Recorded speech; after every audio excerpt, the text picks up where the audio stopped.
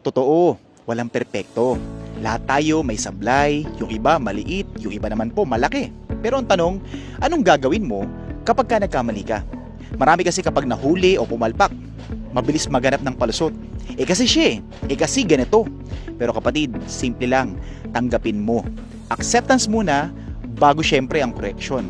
1 John chapter 1 verse 9. If we confess our sins, He is faithful and just to forgive us our sins and to cleanse us from all unrighteousness. O kita mo?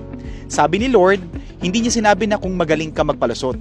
Ang sabi po niya, if we confess, kung aaminin natin.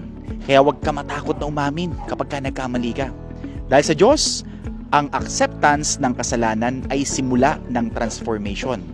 At habang may buhay, may pagkakataon pa para maitama ang lahat ng pagkakamali. Kaya kapatid, tandaan mo, mas okay na umamin kesa magpanggap.